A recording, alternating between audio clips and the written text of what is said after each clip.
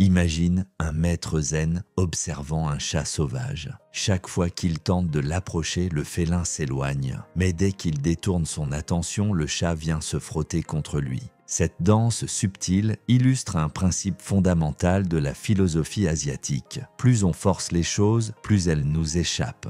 Aldous Huxley, écrivain britannique, a formulé ce concept sous le nom de « loi de l'effort inversé ». Il affirme que plus nous essayons avec volonté consciente de faire quelque chose, moins nous réussirons. Ce paradoxe suggère que l'excès d'effort peut être contre-productif, tandis que le lâcher-prise mène souvent au succès. Prenons l'exemple du sommeil. Plus vous vous efforcez de dormir, plus le sommeil vous fuit. Mais lorsque vous acceptez l'insomnie et cessez de lutter, le sommeil survient naturellement. Ce phénomène est au cœur de la paradoxical intention développée par Viktor Frankl. Cette technique thérapeutique encourage les patients à souhaiter ou à provoquer intentionnellement ce qu'ils redoutent afin de briser le cycle de l'anticipation anxieuse. Dans la tradition taoïste, ce concept est incarné par le Wu Wei, souvent traduit par non-agir ou action sans effort. Il ne s'agit pas d'inaction, mais d'agir en harmonie avec le flux naturel des choses, sans résistance inutile.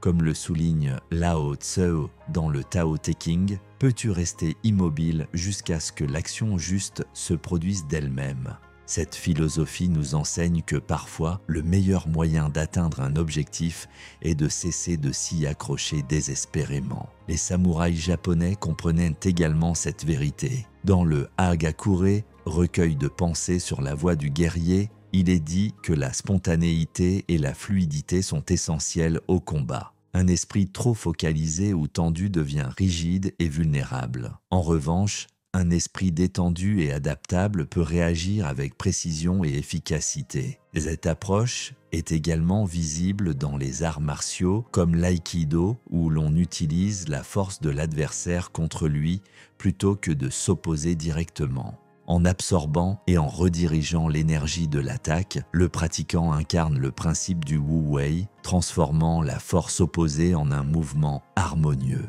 Mais comment appliquer cette sagesse ancestrale dans notre vie quotidienne moderne ? Considérer les relations humaines. Poursuivre quelqu'un avec insistance, que ce soit en amitié ou en amour, peut souvent le repousser. En revanche, en cultivant votre propre bien-être et en lâchant prise, vous devenez naturellement plus attractif. C'est le paradoxe de l'attraction. En cessant de chercher désespérément, on devient celui qui est recherché. De même, dans le domaine professionnel, s'acharner sur une tâche sans relâche peut mener à l'épuisement et à une baisse de performance. Prendre du recul, respirer et permettre à l'esprit de se détendre peut souvent apporter des solutions créatives et renouveler l'énergie. Miyamoto Musashi, légendaire épéiste japonais, écrivait dans son livre des 5 anneaux que l'esprit ne doit pas être trop attaché à une seule voie, mais doit rester ouvert et fluide, capable de s'adapter à toutes les situations. Cette flexibilité mentale est la clé pour naviguer avec succès dans les défis de la vie. En fin de compte, la sagesse asiatique nous enseigne que l'effort excessif peut être un obstacle. En apprenant à équilibrer action et lâcher prise, en harmonisant notre volonté avec le flux naturel de la vie, nous pouvons atteindre nos objectifs avec plus de grâce et d'efficacité. C'était l'âme du sage, on se retrouve très bientôt mon disciple.